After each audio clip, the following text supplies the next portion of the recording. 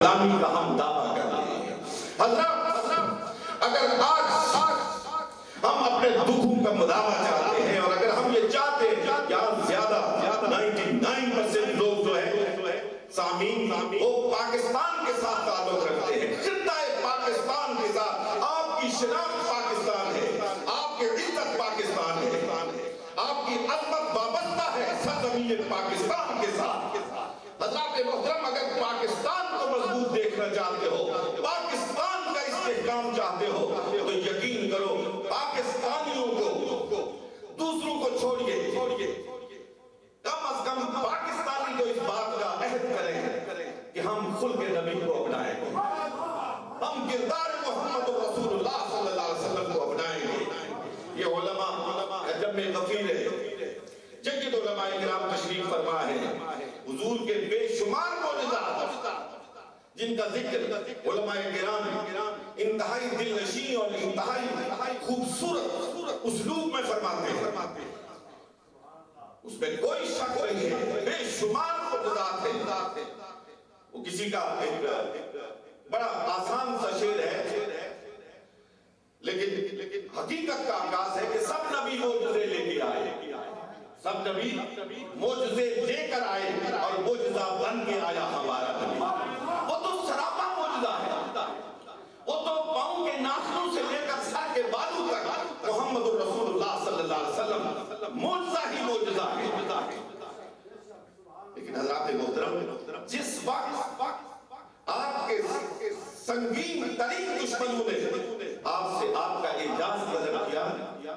آپ کا معجزہ طلب کیا، تو آپ علیہ السلام نے نہیں فرمایا کہ بے وقوفو تمہارے سامنے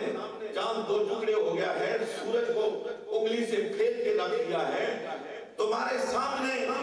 ہم نے کنکریوں سے اپنا کلمہ پڑھوا دیا ہے، درختوں نے آگے بڑھ کے ہمارے قلبوں کے بوسے لے لیے ہیں، اب بھی ہم سے معجزہ طلب کرتے ہیں۔ یہ نہیں فرمایا، کسی ایک معجزے کا بھی ذکر نہیں فرمایا، فرمایا فقط لبثت فیکم عمرا من قبلہ فلا تعقلون، کہ مجھ سے معجزہ طلب کرنے والوں میرا بچپن تمہارے سامنے ہے، میرا لڑکپن تمہارے سامنے ہے، میں نے تمہارے سامنے جوانی کی حدود کو چھوا ہے، میں نے تمہارے سامنے اپنی عمر عزیز کے 40 سال گزارے ہیں، مجھے بتاؤ کہیں بھٹکا ہوا دیکھا، انگلی اٹھا کے دکھاؤ۔ اور خدا شاہد ہے اس بات پر، اور تاریخ